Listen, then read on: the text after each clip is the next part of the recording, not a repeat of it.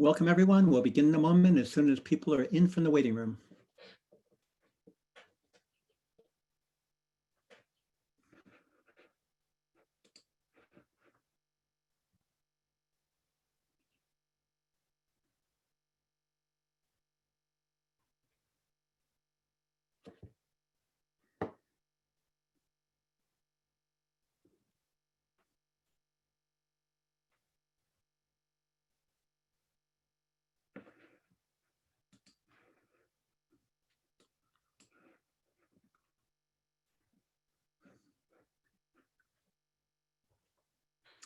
Okay, let's get started. Hi, Peter Murphy here.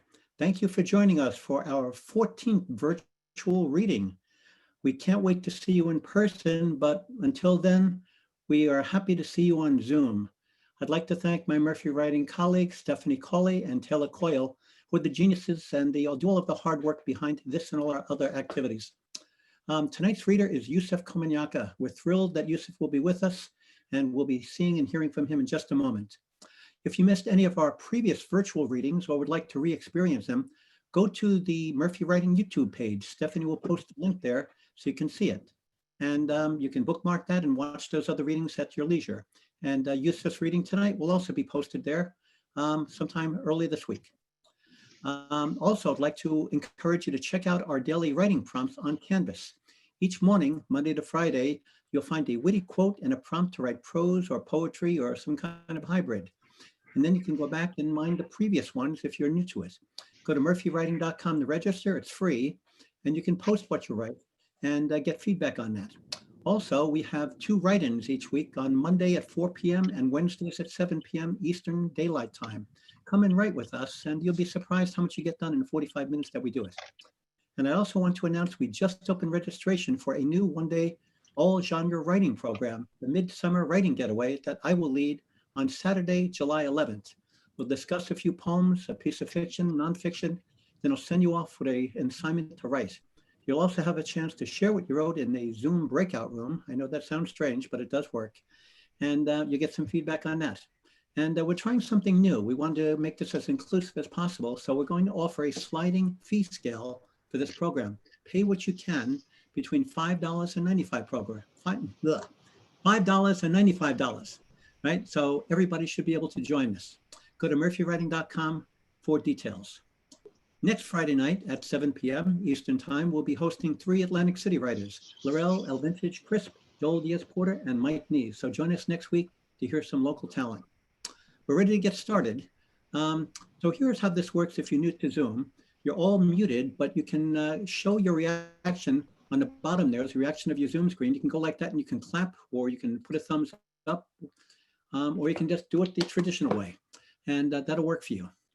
When we invited Yusef to read 3 or 4 weeks ago, the United States was a different country. But since the killing of George Floyd and the protests against police, not police brutality, but murders, we're all aware and working to bring attention and awareness to get rid of racism, to eliminate it. Racism is America's most challenging issue. And several weeks ago, very few of us had ever heard of Juneteenth. And today, in this very short time, it's so important, June 19th, and it's also a holiday, a paid holiday, going to be declared by states and by businesses. So with this in mind, we're particularly pleased to have Yusef reading tonight. Yusef Komunyakaa's books of poetry include Neon Vernacular, which he won the 1994 Pulitzer Prize for Poetry, Taboo, War Horses, The Emperor of Water Clocks, and many others. His plays, performances, art, and libretto have been performed nationally and include Wakanda's Dream, Saturnalia, Testimony, and Gilgamesh, a verse play. He's the recipient of numerous honors and awards, including the Ruth Lilly Poetry Prize and fellowships from the Fine Arts Center in Provincetown, the Louisiana Arts Council, the National Endowment for the Arts, and others. He teaches at New York University, and something you may not know, if you have Netflix, you can see Yusef on the OA. It's a Netflix program, season 1, episode 2. It's a surprise, and it's just a wonderful, wonderful appearance. And he reads the poem. You'll love it. With this in mind, please welcome Yusef Komunyakaa. Hello. It's good to be here. It's great. I'm going to start with a poem entitled A Visit to inner sanctum. A poet stands on the steps of the great cathedral, wondering if he has been a coward in hard times. He traveled east, north, south, and 7 directions of the west. When he first arrived on the other side of the sea, before he fell into the flung open arms of a long romance, the lemon trees were in bloom.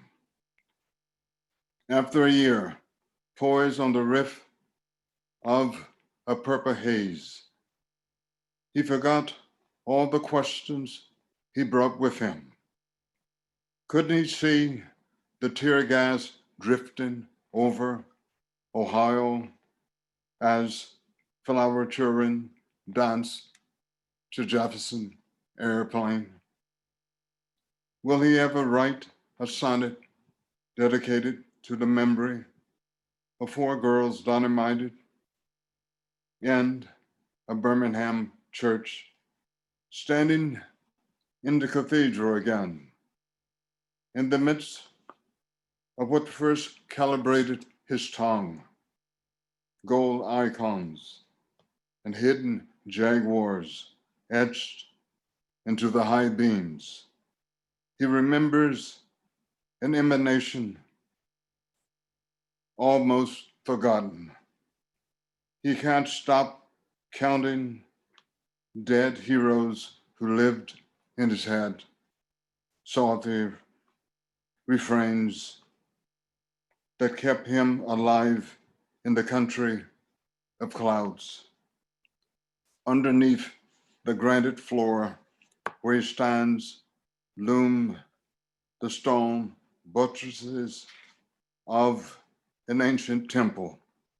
When he was a boy, with his head bowed close to the scarred floor, he could hear voices rising from below, their old lingua franca binding with his. How could he forget? Outside the Institute of National Memory, he toasts the gods hiding between stanzas, the girl he left behind for enemy soldiers to rough up and frighten. She never stopped waiting for him, even after she lost herself in booze. Now he faces a rusty iron gate. Did she know someday he'd answer a lot? Did she know someday he'd question a life till he held on a bone at a dull green door of an ice house where they stole their first kiss, to have laughed beside another sweetheart in a distant land is to have betrayed the soil of dispossession hidden under his fingernails. Suppose he'd pursued other, smaller passions, singing of night dew. The dead ones kept him almost earnest, tangoing with wives of despots, entranced by stolen light in his eyes and hair. He never wanted to believe a pinch of salt for a pinch of sugar is how the scales are balanced.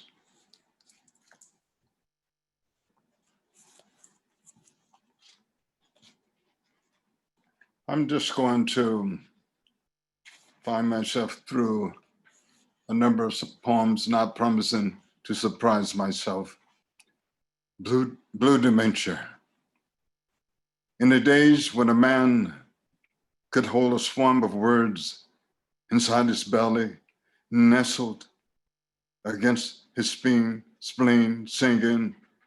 In the days of night riders, when life tongued to read till blues and sorrow song call out of the deep night, Another man done gone, another man done gone. In the days when one could lose oneself all up inside love that way, and then moan on the bone till the gods cried out in someone's sleep. Today, already I've seen 3 dark-skinned men discussing the weather with demons and angels, gazing up at the clouds and squinting down into iron grates along the fast streaks of luminous encounters. I double-check my reflection in plate glass and wonder, am I passing another Lucky Thomason or Marion Brown cornered by a blue dementia? Another dark-skinned man who woke up dreaming one morning and then walked out of himself dreaming? Did this one dare to step on a crack in a sidewalk, to turn a midnight corner and never come back home? Or did he try to stare down a look that shoved a blade into his heart? I mean, I know something about night riders and catgut. Yeah, honey, I know something about talking with ghosts.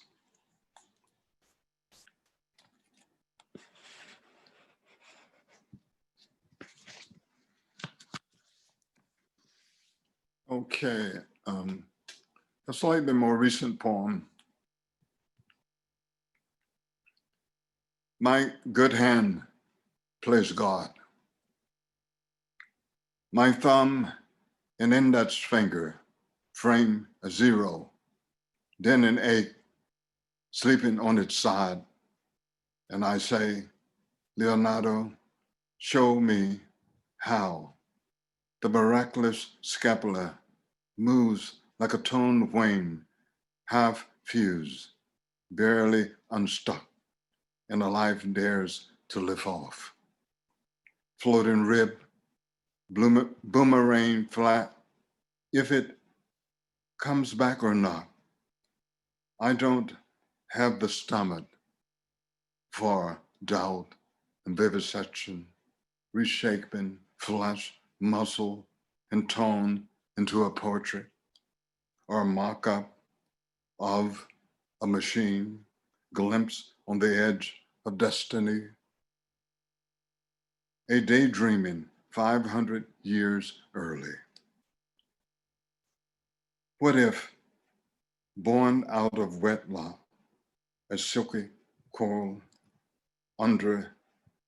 over his face, Leonardo brush, light under, skin of oils, science and art.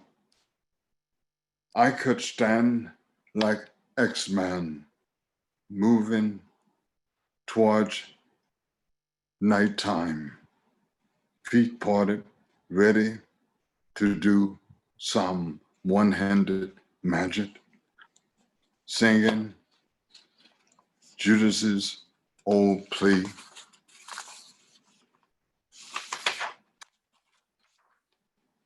My left hand holds up a sketch showing a way.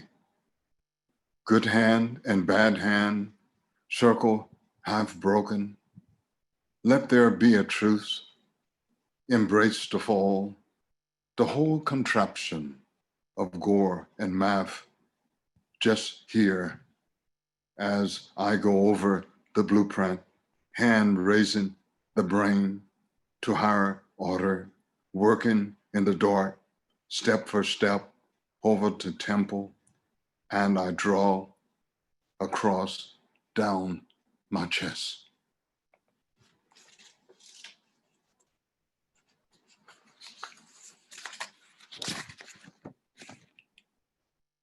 In the land of Corking, a drowned kingdom rises at daybreak, and we keep trudging on. A silhouette rides the rope swing tied to a spruce limb. The loudest come in the marsh. Look at the sinkholes, the slope brokenness, a twinned rainbow straddling the rocks. See how forgiven, how nature, how brave nature is. She drags us through teeming reeds and turns day inside out, getting up under blame, gazing at the horizon as a throaty sparrow calls the raft home. A wavering landscape is our 1 foothold. Are we moving? This old story behind stories turns in epic season, a tangle of roses moved by night soil, the boar, Congo snake, and earthworm eat into pigweed. The middle ground is a flotilla of stars, a peacock carousel and Ferris wheel spinning in the water as vines unstitch the leech work of salt, thick mud sewn up like bodies falling into a ditch, blooming, about to erupt, water lily and spider fern. I see the tip of a purple mountain, but sweetheart, if it weren't for your late April kisses, I would have turned around days ago.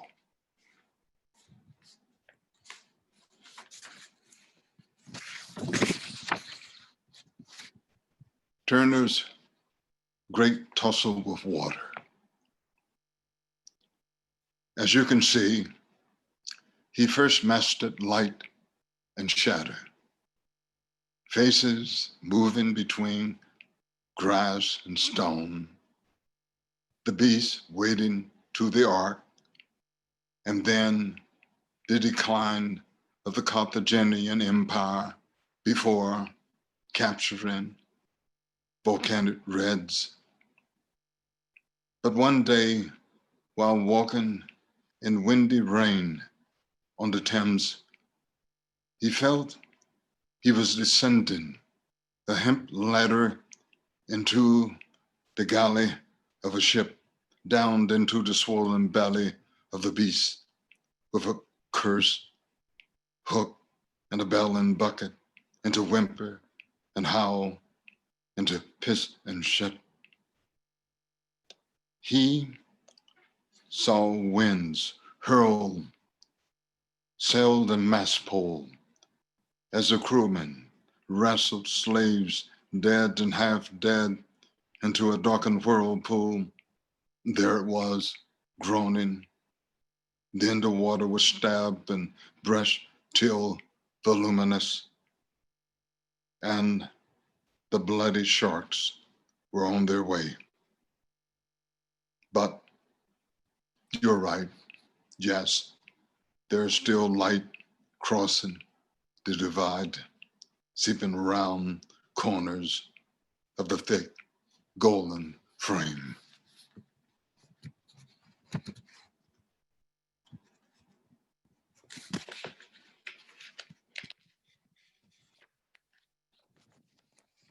Islands. This poem is dedicated to the memory of Derek Walcott. Islands. An island is one great eye gazing out, a beckoning lighthouse, searchlight, a wishbone compass, or counterweight to the stars. When it comes to lookout and point of view, a figure stands on a rocky ledge, peering out towards an archipelago of glass on the mainland, a seagull's wings touching the tip of a high wave out to where the brain may stumble. But when the mind climbs down from its high, craggy lookout, you know it is truly a stubborn thing. It has to leaf through pages of dust and light, through pre-memory and folklore, remembering fires roared down there till they pushed up through the seafloor and plumes of ash covered the dead, shaken awake, worlds away. and silence filled up with centuries of waiting. Sea urchin, turtle, and crab came where earthly know-how, and one bird arrived with a sprig in his beak before everything clouded with cries. A millennium of small deaths now topsoil and seasons of blossoms and a single seed. Light edge along salt-crusted stones across a cataract of blue water, and lost sailors' parrots spoke of sirens, the last words of men buried at sea. Someone could stand here, contemplating the future, leafing through torn pages of St. Augustine, of prophecies by fishermen, translating spur and folly down to taproot. The dreamy-eyed boy still in the man, the girl in the woman, a sunny forecast beyond today, but tomorrow's beyond words. To behold a body of water is to know pig iron and mother wit. Whoever this figure is, he will soon return to dancing through the aroma of dagger's log, ginger, lily, bougainvillea, between chants and strains struck till gourds rally the hill in air, and the church steeple birds fly sweet darkness home. Whoever this friend or lover is, he intones redemptive harmonies. To lie down in remembrance is to know each of us is a prodigal son or daughter, looking out beyond land and sky, the chemical and metaphysical, beyond falling and turning water wheels in the colossal brain of damnable gods, a eureka held up to the sun's blinding eye, born to gaze into fire. After conquering frontiers, the mind comes back to rest, stretching out over the white sand.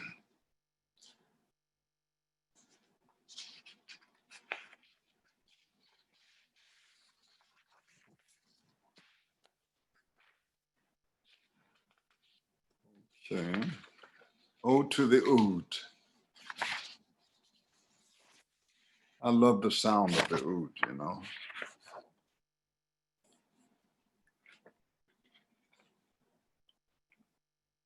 Gourd shaped muse. Let me start over. Ode to the oud. Gourd shaped muse.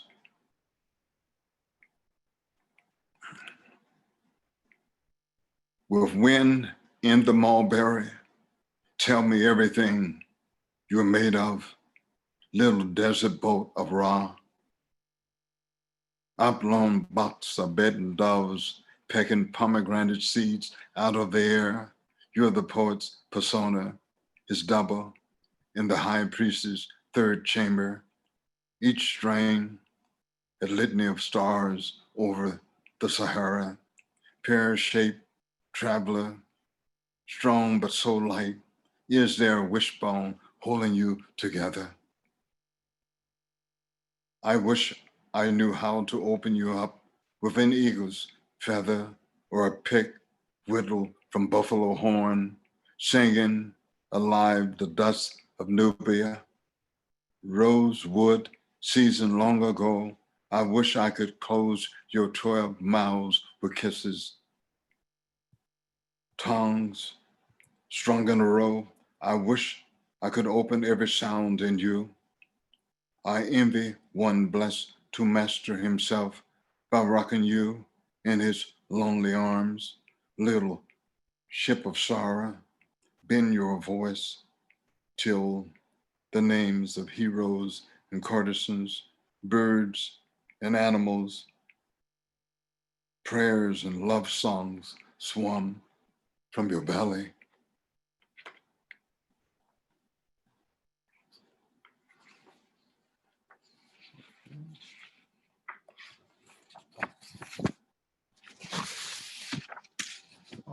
Okay. Fortress. Now, I began with these two hands held before me as blessing and weapon, blackbirds in fierce flight and instruments of touch and consolation. This sign means stop, and this one, of course, means come forth, friend. I draw a circle in the red iron clay around my feet, where no spirit, no evil spirit dares to find me.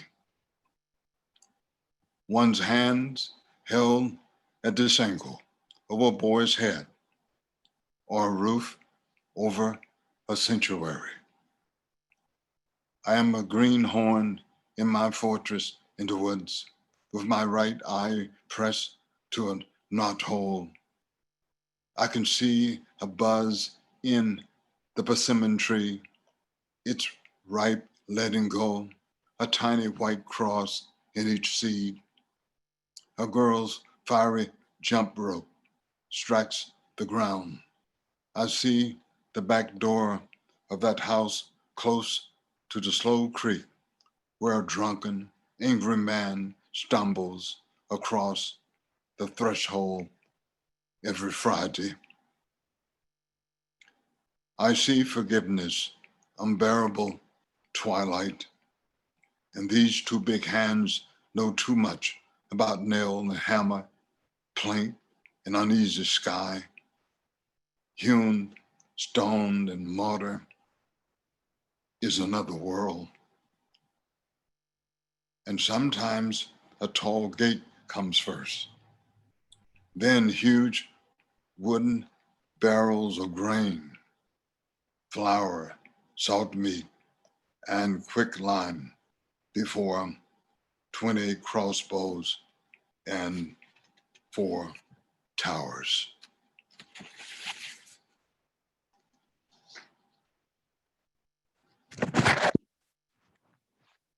I'll just read a couple other poems. Is that fine? Okay.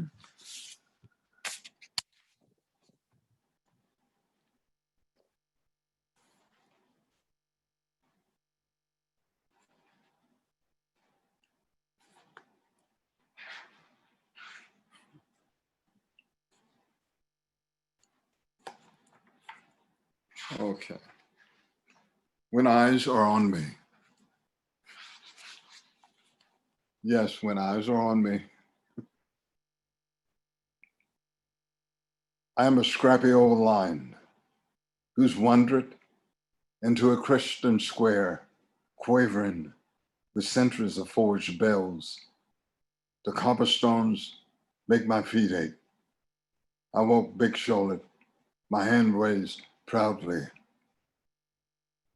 I smell the blood of a king. The citizens can only see a minotaur in a maze.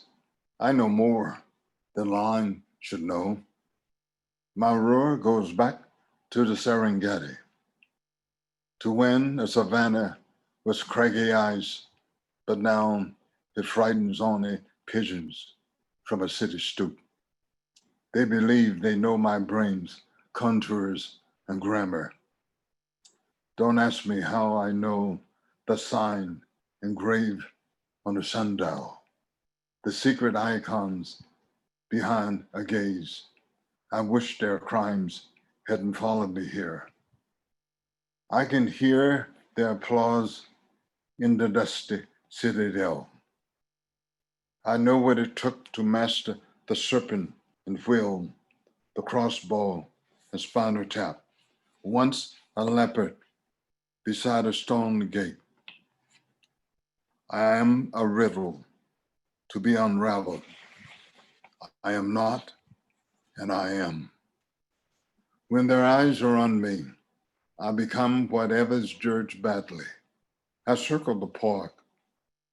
Hunger shapes my keen sense of smell, a lifetime ahead. They will follow my paw prints till they're lost in snow at dusk. If I walk in circles, I hide from my shadow. They plot stars to know where to find me. I am a prodigal bird perched on the peak of a guardhouse. I have a message for fate. The sunlight has shown me the guns, and their beautiful sons are deadly.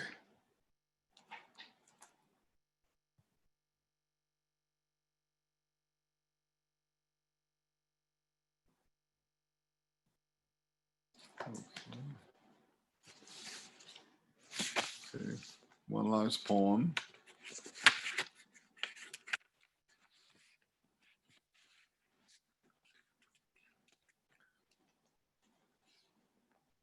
Let's see here.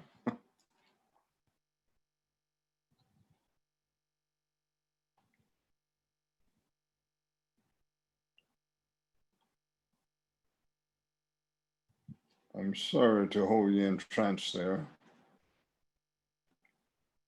Unlikely claims.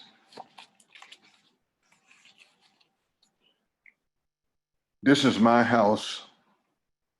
My sweat is in the mortar and hewn wood. This garden of garlic blooms is mine too, said last night's pale ghost. I know every crack where cold and light tried to sneak in, and where the past tongues and grooves the future. I own every rusty nail. This fence wasn't here when hobnail boots marched us into the night. I remember all the cat-eye marbles would roll to this corner of the kitchen. This tree limb my uncle cut to make a witching rod.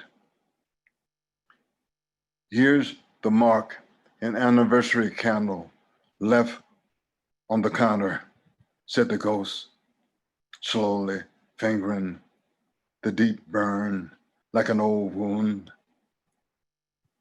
Now dirt bikes, trails crisscross the apple grove my father planted.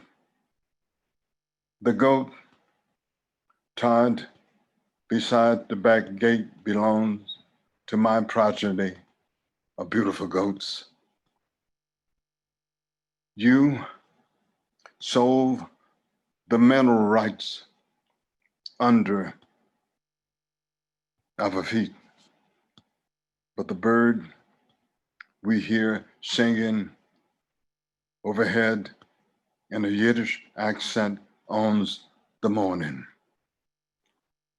Those roses are mine because I've walked through fire.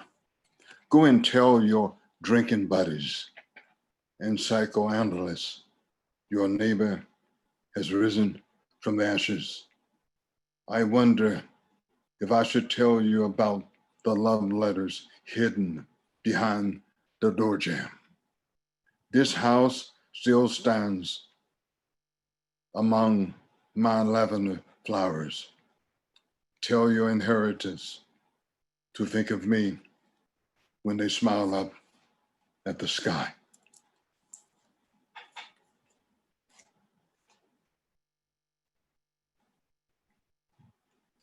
Thank you. Thank you, Yusef. Thank you. Thank you. That was wonderful. And thank you all for listening and watching tonight. If you're new to Murphy Writing, why don't you go to murphywriting.com and sign up for our email list so we can keep you appraised of this as well as our other programs. We hope to see you next Friday night for local Atlantic City writers, L'Oreal El Vintage Crisp, Joel Diaz-Porter, and Mike Nees. And I hope to see you again Monday on our write-in. Now, usually at this point when people are leaving, we encourage them to put some money in our Pass the Hat fund, but we're not doing that these days. Instead, we're offering inviting you to contribute to other organizations. This week, we're encouraging you to contribute to Mighty Writers. It's a nonprofit dedicated to teaching kids to write. Plus, during this time of the pandemic, they're also giving out sandwiches as well as books. They have programs around Philadelphia, in Camden, and they're soon opening one in Atlantic City. So if you go to the chat, you'll see the link there that Stephanie just posted. And who knows, if you got some money, you can drop a few bucks in on your way out. Thank you again for joining us, Yusef. We're just honored to have you. Take care of yourselves. Be safe, everybody. We'll see you again soon. I hope in person, but on Zoom. Bye.